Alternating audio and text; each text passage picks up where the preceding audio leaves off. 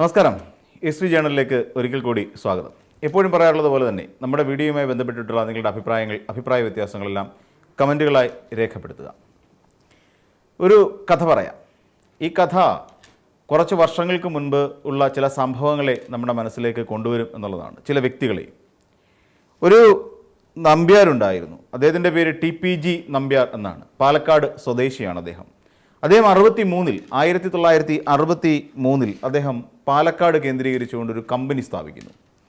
ആ കമ്പനി നമുക്കെല്ലാവർക്കും അറിയാം. നമ്മുടെയൊക്കെ വീടുകളിലേക്ക് നിരവധി, ഒരുപക്ഷെ ആ കാലഘട്ടങ്ങളിൽ നമ്മൾ പരിശോധിക്കുമ്പോൾ ഇടക്കാലത്തെല്ലാം നമ്മുടെ വീട്ടിൽ ഉപയോഗിച്ചുകൊണ്ടിരുന്ന പല ഗൃഹോപകരണങ്ങളും ആ ഒരു പേരിലായിരിക്കും. ഒരു വട്ടത്തിൽ BPL എന്നെഴുതി വെച്ച ഒരു കമ്പനിയുടെ ടെലിവിഷനോ അതല്ലെങ്കിൽ ഒരു ഫ്രിഡ്ജോ എന്തെങ്കിലും നമ്മുടെ വീട്ടിൽ ഒരിക്കൽ പോലും ഇല്ലാതിരുന്നിട്ടില്ല. ആ കമ്പനി അങ്ങനെ വളർന്ന് വടവൃക്ഷമായി നിൽക്കുന്ന ഒരു കാലമുണ്ടായിരുന്നു. ഏകദേശം 90കളൊക്കെ എത്തുന്ന സമയം അത് വലിയൊരു കമ്പനി തന്നെയായിരുന്നു. എന്നാൽ പിന്നീട് അദ്ദേഹത്തിൻ്റെ കമ്പനിയിലേക്ക് ഒരാൾ എത്തുന്നു. അവിടുത്തെ എക്സിക്യൂട്ടീവ് ഡയറക്ടർ എന്നുള്ള പോസ്റ്റിലേക്ക് ഒരാൾ ഏകദേശം 90കളിൽ എത്തുകയാണ്. അദ്ദേഹം നേരത്തെ ഇന്റൽ കമ്പനിയിലായിരുന്നു ജോലി ചെയ്തുകൊണ്ടിരുന്നത്. ഇന്റൽ എന്ന് പറയുന്ന ഒരു നമുക്കെല്ലാവർക്കും അറിയാവുന്ന സുപരിചിതമായ കമ്പ്യൂട്ടർ ഉപയോഗിക്കുന്ന എല്ലാവർക്കും അറിയാവുന്ന ഒരു കമ്പനിയാണ് ഈ ഇന്റൽ എന്ന് പറഞ്ഞാൽ. അപ്പോൾ ആ ഇന്റൽ കമ്പനിയിൽ നിന്ന് ഒരാൾ എക്സിക്യൂട്ടീവ് ഡയറക്ടർ എന്നുള്ളൊരു പോസ്റ്റിലേക്ക് BPL എന്ന് പറയുന്ന കമ്പനിയിലേക്ക് എത്തുന്നു. അദ്ദേഹം പിന്നീട് ഈ TPG നമ്പ്യാരുടെ മകളെ വിവാഹം കഴിക്കുന്നതിലേക്ക് വരെ കാര്യങ്ങളെത്തി. അങ്ങനെ അദ്ദേഹം ഒരു മരുമകനായി മാറി, മിസ്റ്റർ മരുമകൻ. അപ്പം ആ മരുമകൻ എന്ന് പറയുന്ന ആ ഒരു വാക്കിനോട് ചിലർക്കുള്ള പുച്ഛം എന്തുകൊണ്ടാണ് സംഭവിച്ചത്?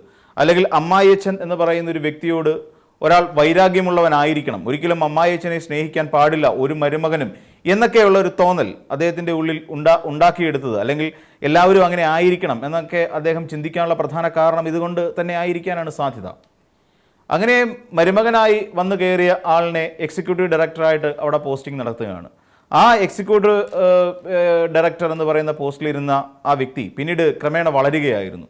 വളർന്ന് ഏകദേശം 1994 അദ്ദേഹം BPL മൊബൈൽ എന്ന് പറയുന്ന ഒരു വലിയ സംരംഭത്തിന് തുടക്കം കുറിക്കുകയാണ്. അതായത് ആ 94 ഒക്ടോബർ മാസം ഗാന്ധി ജയന്തിയുടെ അന്ന് തന്നെയാണ് ഈ BPL ടെലികോം അല്ലെങ്കിൽ BPL മൊബൈൽ എന്ന് പറയുന്ന ഒരു സ്ഥാപനം നമുക്ക് തുറന്നു കിട്ടിയത്.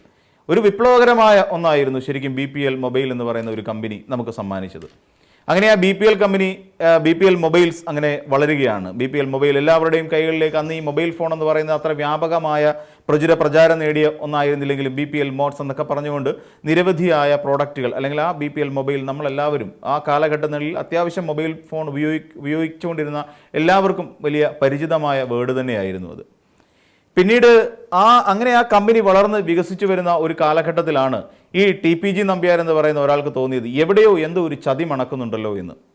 കാരണം അദ്ദേഹത്തിൻ്റെ ഷെയറുകൾ പരിശോധിക്കുമ്പോഴാണ് അതിലെല്ലാം 7.24% തൻ്റെ ഓഹരികളിൽ കുറവ് കണ്ടിരിക്കുന്നു. അതായത് ആ കമ്പനിയിൽ TPG നമ്പ്യാർ എന്ന് പറയുന്ന വ്യക്തിയുടെ ഷെയർ വെറും 7.24% എന്നുള്ള നിലയിലേക്ക് ചുരുങ്ങിയിരിക്കുന്നു. ഞെട്ടിക്കുന്ന ഒരു കാര്യമായിരുന്നു അത്. അപ്പോൾ അദ്ദേഹം അതിനെക്കുറിച്ച് അന്വേഷിച്ചു. എവിടെയാണ് ഈ ചതി പറ്റിയത്? താൻ വളർത്തിക്കൊണ്ടുവന്ന ഈ ഒരു കമ്പനി, BPL എന്ന് പറയുന്ന കമ്പനി, താൻ ആരംഭിച്ച കമ്പനി, ആ കമ്പനിയിൽ തനിക്ക് ഇപ്പോൾ നിലവിലുള്ളത് വെറും 10% താഴെ മാത്രം ഓഹരികളാണ് എന്ന് ഏതൊരാൾക്കും സ്വാഭാവികമായി ഞെട്ടലുണ്ടാകും. അങ്ങനെ അദ്ദേഹം കാര്യങ്ങളൊക്കെ അന്വേഷിച്ചപ്പോഴാണ് രാജീവ് ചന്ദ്രശേഖർ എന്ന് പറയുന്ന ഒരു വ്യക്തി തൻ്റെ മരുമകനാണ് എന്നുള്ള കാര്യം ഓർക്കുന്നത്. പെട്ടെന്ന് അദ്ദേഹത്തിനോട് കാര്യങ്ങൾ അന്വേഷിച്ചപ്പോൾ അവിടെയാണ് ഞെട്ടിക്കുന്ന ഒരു വസ്തുത ഈ TPG നമ്പ്യാർ മനസ്സിലാക്കുന്നത്. നമ്പ്യാർ മനസ്സിലാക്കി തൻ്റെ ഈ മരുമകനായി താൻ കൊണ്ടുവന്ന ഈ രാജീവ് ചന്ദ്രശേഖർ എന്ന് പറയുന്ന വ്യക്തി അവിടെ നിന്നുകൊണ്ട് ഏകദേശം 64% ഓഹരികൾ വാങ്ങിക്കൂട്ടി കഴിഞ്ഞിരിക്കുന്നു. അതിൽ മനസ്സിലാക്കേണ്ടത് അദ്ദേഹത്തിനോടൊപ്പം ചേർന്ന് നിൽക്കുന്ന ബിനാമി കമ്പനികളും എല്ലാവരും കൂടെ ചേർന്നിട്ടാണ് ഈ 64% ഓഹരി കണ്ടുകെട്ടിയത്, അല്ലെങ്കിൽ അവിടെ നടിച്ചു മാറ്റിയത്. അതിൽ നിന്ന് മാത്രമായി അദ്ദേഹത്തിൻ്റെതായ അതായത് രാജീവ് ചന്ദ്രശേഖറിൻ്റെ മാത്രമായ തട്ടിക്കൂട്ട് കമ്പനികളിൽ മാത്രമായി 57% ഓഹരികളാണ് അടിച്ചു മാറ്റി കയ്യിൽ വെച്ചത്. അതായത് ആ പാവപ്പെട്ട മനുഷ്യനെ പച്ചയ്ക്ക് പറ്റിച്ചു എന്ന് തന്നെ പറയാം. അങ്ങനെ ഒടുവിൽ നിയമയുദ്ധത്തിലേക്ക് പോകുന്നു. കാര്യം താൻ അറിയാതെ തൻ്റെ കമ്പനികളുടെ ഷെയർ എല്ലാം കൂടി മറ്റു പല കമ്പനികളും സ്വന്തമാക്കി വെച്ചിരിക്കുന്ന ഒരു സാഹചര്യത്തിലേക്ക് എത്തുന്നു. അങ്ങനെ വന്നു ഒടുവിൽ ഇതൊരു ഔട്ട് ഓഫ് കോർട്ട് സെറ്റിൽമെന്റ്, കോടതിയിലേക്ക് വരെ എത്തിയ വ്യവഹാരമാണത്. അമ്മായിയച്ഛനും മരുമകനും തമ്മിലുള്ള നിയമയുദ്ധം വലിയ കാര്യമായി തന്നെ നടക്കുകയാണ്. നമ്മളാരും ശ്രദ്ധിക്കുന്നതിനും ചിന്തിക്കുന്നതിനും അപ്പുറത്തേക്ക് ആ ഒരു നിയമയുദ്ധം പോവുകയും ചെയ്തു. ഒടുവിലൊരു ഔട്ട് ഓഫ് കോർട്ട് സെറ്റിൽമെൻറ്റ് എന്നുള്ള നിലയിൽ നിന്നുകൊണ്ട് ഏകദേശം $1.1 ബില്യൺ, അക്കാലഘട്ടത്തിൽ എനിക്ക് തോന്നുന്നു 4500 മുതൽ 5000 രൂപ വരെ, കോടി രൂപ വരെ ആണ് ആ മൂല്യം വരുന്നത്. ആ തുകയ്ക്ക് ഒരു സെറ്റിൽമെൻറ്റിലേക്ക് എത്തുകയാണ്. അങ്ങനെ അദ്ദേഹം എന്ത് ചെയ്തു എന്ന് ചോദിച്ചാൽ, തൻ്റെ കയ്യിലിരുന്ന ഈ 64% ഓഹരികൾ, നമുക്കറിയാം അന്ന് HSR എന്ന് പറയുന്ന ഒരു കമ്പനിക്ക് ഈ പറയുന്ന BPL മൊബൈലിനെ അദ്ദേഹം മറിച്ചു വിറ്റു. അങ്ങനെ അതായത് ഇത്രയും 64% വരുന്ന തൻ്റെ ഷെയറുകൾ മറിച്ചു വിൽക്കുന്നു. ഇതോടുകൂടിയ ആ പാവപ്പെട്ട മനുഷ്യൻ ഒന്നുമില്ലാത്ത ഒരു അവസ്ഥയിലേക്ക് പോവുകയാണ്. അദ്ദേഹത്തിന് വെറും ഏകദേശം ഒരു സെറ്റിൽമെൻ്റ് ഒക്കെ നടത്തിയ സമയത്ത് ഇത്രയും ഏകദേശം വളരെ കുറച്ച് മാത്രം തുക കൊടുത്തുകൊണ്ട് അദ്ദേഹത്തെ 150 മുതൽ 200 കോടി രൂപ അങ്ങനെ ആ ഒരു റേഞ്ചിൽ അദ്ദേഹത്തെ ഒതുക്കി സെറ്റിൽ ചെയ്യുകയും ചെയ്തു. അങ്ങനെ പിന്നീട് ഇവിടുന്ന് പോയി അദ്ദേഹം സാനിയ എന്ന് പറയുന്ന ഒരു ജപ്പാൻ കമ്പനിയൊക്കെ ആയിട്ട് കൊളാബറേറ്റ് ചെയ്തുകൊണ്ട് അദ്ദേഹം അങ്ങനെ പോയി. ഒടുവിൽ ഈ പറയുന്ന TPG നമ്പ്യാർ എന്ന് പറയുന്ന മനുഷ്യൻ ഒടുവിൽ ഈ കഴിഞ്ഞ വർഷം ഒക്ടോബർ മാസത്തിൽ അദ്ദേഹം മരിക്കുകയും ചെയ്തു. ഇതുമായി ബന്ധപ്പെട്ടുകൊണ്ട് ഈ മരുമോൻ ഫേസ്ബുക്കിലൂടെ സോഷ്യൽ മീഡിയയിൽ ഈ മരണവിവരം വളരെ ദുഃഖാർത്ഥനായി അറിയിക്കുകയും ചെയ്തു. ഒരുപക്ഷെ ആ മനുഷ്യൻ BPL എന്ന് പറയുന്ന കമ്പനി തുടങ്ങിയ TPG നമ്പ്യാർ എന്ന് പറയുന്ന മനുഷ്യനെ ഒന്നുമില്ലാത്ത ഒരു വ്യക്തിയാക്കി മാറ്റിയ മരുമകനായിരിക്കും ഈ രാജീവ് ചന്ദ്രശേഖർ എന്ന് പറഞ്ഞുകൊണ്ട് ഇപ്പോൾ മരുമക്കളെയും അമ്മായിച്ചന്മാരെയും അടച്ചാക്ഷേപിക്കുന്ന തരത്തിൽ പ്രസ്താവനകൾ ഇറക്കുന്ന ഒരു വ്യക്തിയായി മാറുന്നത്. അമ്മായിച്ചനുള്ളത് അമ്മായിച്ചനും മരുമകനുള്ളത് മരുമകനും, ആ ഒരു ചിന്തയാണ് ഇപ്പോഴും. അതായത് മനുഷ്യ സ്നേഹത്തിനപ്പുറത്തെ അല്ലെങ്കിൽ പരസ്പരമുള്ള ഒരു വിശ്വാസത്തെ എല്ലാം പണം കൊണ്ട് ചോദ്യം ചെയ്ത ഒരു വ്യക്തിയായി അദ്ദേഹം മാറുകയായിരുന്നു. പിന്നീട് അവിടെയും അവസാനിപ്പിച്ചില്ല.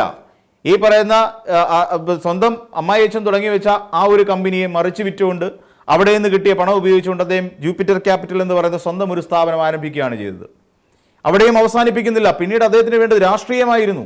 സ്വതന്ത്രനായി ഇറങ്ങി 2006 കർണാടകയിൽ നിന്ന് സ്വതന്ത്ര സ്ഥാനാർത്ഥിയായി രാജ്യസഭാ അംഗത്വം നേടിയെടുക്കുന്നു. അന്ന് പിന്തുണച്ചത് BJPയും ജനതാദൾ സെക്യുലറുമാണ്. ഈ രണ്ട് പാർട്ടികളുടെ പിന്തുണയോടുകൂടി അദ്ദേഹം നേരെ രാഷ്ട്രീയത്തിലേക്ക് ഇറങ്ങുകയാണ്. അങ്ങനെ 2021 എത്തിയപ്പോൾ അദ്ദേഹം കേന്ദ്രമന്ത്രി എന്ന് പറയുന്ന പദവിക്ക് അർഹനായി മാറി. എങ്ങനെയാണ് ഈ പണം അത്രയും, അതായത് ഈ TPG നമ്പ്യാർ എന്ന് പറയുന്ന മനുഷ്യനെ പറ്റിച്ച അത്രയും പണം ഉപയോഗിച്ചുകൊണ്ട് MLA-മാരെ BJPയുടെയും JDSന്റെയും MLA-മാരെ വിലക്കെടുത്തുകൊണ്ട് തനിക്ക് വേണ്ട വോട്ടുറപ്പിക്കുന്ന ഒരു വലിയ തന്ത്രം അദ്ദേഹം നടത്തി. അങ്ങനെ വെറുതെ ആയിരുന്നില്ല, അക്കാലഘട്ടത്തിൽ ഏറ്റവും വലിയ ആരോപണമായി ഉയർന്നു വന്നൊരു കാര്യം കൂടിയായിരുന്നു അത്. അങ്ങനെ 2006 2012 പിന്നീട് 2018 ഈ പറയുന്ന ഒരാളായി ഒരു MP എന്നുള്ള നിലയിലേക്ക് അദ്ദേഹം രാജ്യസഭയിലേക്ക് എത്തിക്കൊണ്ടേയിരുന്നു. അവിടെയെല്ലാം അദ്ദേഹം MLA-മാർക്ക് പണം കൊടുത്തു എന്നുള്ളത് ഇപ്പോഴും അവസാനിക്കാത്ത ഒരു വലിയ വിവാദമായി മാറി നിൽക്കുന്നു എന്നുള്ളതാണ് വാസ്തവം. എന്നാൽ അതിനുശേഷം നമുക്കറിയാം 2018 എത്തിയപ്പോഴേക്കും ഈ രാജീവ് ചന്ദ്രശേഖർ എന്ന് പറയുന്ന ഒരാൾ BJPയിലേക്ക് അംഗത്വം എടുത്തു കഴിഞ്ഞു. ആ സംഘപരിവാർ അജണ്ടയിലൂടെ സഞ്ചരിക്കാൻ തന്നെ തീരുമാനിച്ചു കഴിഞ്ഞു. ഒടുവിൽ ഈ പറയുന്ന കാലഘട്ടങ്ങളിലെല്ലാം നമുക്കറിയാം, ഈ കഴിഞ്ഞ 2024 നമ്മുടെ കേരളത്തിൽ നടന്ന തിരുവനന്തപുരത്ത് നടന്ന ലോക്സഭാ തെരഞ്ഞെടുപ്പുമായി ബന്ധപ്പെട്ടുകൊണ്ട് അദ്ദേഹം മത്സരിക്കുകയും ശശി തരൂർ എന്ന് പറയുന്ന ഒരു നേതാവിനോട് പരാജയം അടയുകയും ചെയ്തു.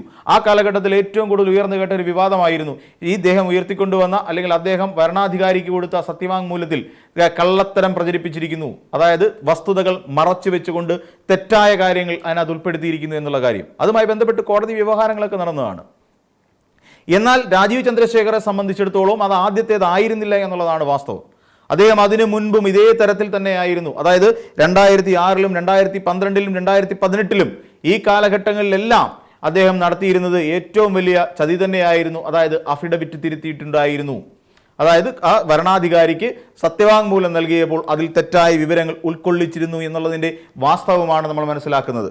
അപ്പോൾ അങ്ങനെയെല്ലാം ഒരു വ്യക്തിയെ വഞ്ചിക്കുകയും സ്വന്തം അമ്മായച്ചനായിരുന്നിട്ട് കൂടി ആ അമ്മായച്ചനെ വഞ്ചിച്ചു, അമ്മായച്ചൻ്റെ കമ്പനിയിലെ 64%-ലധികം ഷെയറുകൾ വാങ്ങിക്കൂട്ടി ആ മനുഷ്യരെ ഒരു വല്ലാത്ത അവസ്ഥയിലേക്ക് തള്ളിവിട്ട് ഒടുവിൽ അദ്ദേഹവുമായി വലിയ തോതിൽ നിയമയുദ്ധം നടത്തി. അതിൽ നിയമയുദ്ധം എന്നൊന്നും പറയാൻ പറ്റില്ല, നീതികേടിന് വേണ്ടിയിട്ടുള്ള ഫൈറ്റായിരുന്നു ശരിക്കും രാജീവ് ചന്ദ്രശേഖർ നടത്തിയത്. അതുകൊണ്ടാണ് ഈ പറയുന്ന കഴിഞ്ഞ ദിവസം നമ്മുടെ കേരളത്തിൽ നരേന്ദ്രമോദി എത്തി, പ്രധാനമന്ത്രി എത്തി, ഇവിടുത്തെ ദേശീയപാതയുടെ ഒരു റീച്ച് ഉദ്ഘാടനവുമായി ബന്ധപ്പെട്ടുകൊണ്ട് ഇവിടെ എത്തിക്കഴിഞ്ഞപ്പോൾ അവിടുത്തെ ഏറ്റവും പ്രധാനപ്പെട്ട വകുപ്പ് ഭരിച്ചുകൊണ്ടിരിക്കുന്ന പൊതുമരാമത്ത് വകുപ്പ് മന്ത്രിയായ മുഹമ്മദ് റിയാസിനെ അങ്ങോട്ടങ്ങ് അകറ്റി നിർത്തിയത്. അദ്ദേഹത്തിന് മരുമകനെന്നും അമ്മായിച്ചനെന്നും കേൾക്കുമ്പോൾ ഒരു വല്ലാത്ത ഹാലിളക്കം ഉണ്ടാകും, സ്വാഭാവികം മാത്രമാണ്. പിന്നെ റിയാസിൻ്റെ പേര് കൂടിയാവുമ്പോൾ അപ്പോൾ അങ്ങനെ മുഹമ്മദ് റിയാസിനെ ഒഴിവാക്കി നിർത്തി. അപ്പോൾ ചോദിച്ചപ്പോൾ പറഞ്ഞെന്താ, അമ്മായിച്ച് ഇപ്പം വിളിച്ചിട്ടുണ്ടല്ലോ, മുഖ്യമന്ത്രിയെ വിളിച്ചിട്ടുണ്ട്, അതിൽ കുടുംബമടക്കം വിളിക്കേണ്ട ആവശ്യമില്ലല്ലോ എന്നാണ് പറഞ്ഞത്. അപ്പോഴും നമുക്ക് പറയാനുള്ള ഒറ്റ കാര്യമേ ഉള്ളൂ, മിസ്റ്റർ ചന്ദ്രശേഖരൻ, നിങ്ങളോടൊപ്പം വിളിച്ചിരിക്കും നിങ്ങളല്ല, ഇവിടെ മുഹമ്മദ് റിയാസ് എന്ന് പറയുന്ന കരുത്തനായ ഒരു മന്ത്രിയാണ് നിങ്ങൾ വിളിക്കേണ്ടിയിരുന്നത്, പൊതുമരാമത്ത് വകുപ്പ് മന്ത്രിയെ. അല്ലാതെ ഈ പറയുന്ന അമ്മായിയച്ഛൻ്റെ പണം അടിച്ചു മാറ്റിക്കൊണ്ട് വലിയ ബിസിനസ് സാമ്രാജ്യങ്ങൾ കെട്ടിപ്പടുക്കുകയും ഒടുവിലുള്ള MLA-മാരെ വിലക്കെടുത്തുകൊണ്ട് ഇവിടുത്തെ ജനാധിപത്യ ക്രമത്തെ പോലും അട്ടിമറിക്കാൻ ശ്രമിക്കുകയും ചെയ്ത ഒരു നേതാവിനെ അല്ല ജനങ്ങൾക്ക് ആവശ്യം. ഇവിടെ ജനങ്ങൾക്കിടയിൽ നിന്ന് പ്രവർത്തിച്ച് അവരുടെ ഊർജ്ജം ഉൾക്കൊണ്ടുകൊണ്ട് അവർക്ക് വേണ്ടി നിലകൊണ്ടിട്ടുള്ള ഒരു നേതാവിനെയാണ് ഇവിടുത്തെ കേരളത്തിലെ ജനങ്ങൾക്ക് ആവശ്യം. അങ്ങനെയുള്ള ഒരു നേതാവ് തന്നെയാണ് മുഹമ്മദ് റിയാസ് എന്ന് പറയുന്ന കേരളത്തിന്റെ പൊതുമരാമത്ത് വകുപ്പ് മന്ത്രി. അല്ലാതെ ഒരു അമ്മായിയച്ഛൻ്റെയും കാലിലെ ചെരുപ്പഴിച്ചു കൊടുത്ത് വളർന്നു വന്നവനല്ല മുഹമ്മദ് റിയാസ് എന്നുള്ള ഒരു വാസ്തവം രാജീവ് ചന്ദ്രശേഖർ എന്ന് പറയുന്ന അമ്മായിയച്ഛനെ കുളം തോണ്ടിയ ഈ നിങ്ങൾ അറിഞ്ഞിരിക്കണം എന്നുള്ളതാണ് വസ്തുത. അപ്പോൾ മറ്റൊരു വീഡിയോയുമായി നമുക്ക് വീണ്ടും കാണാം.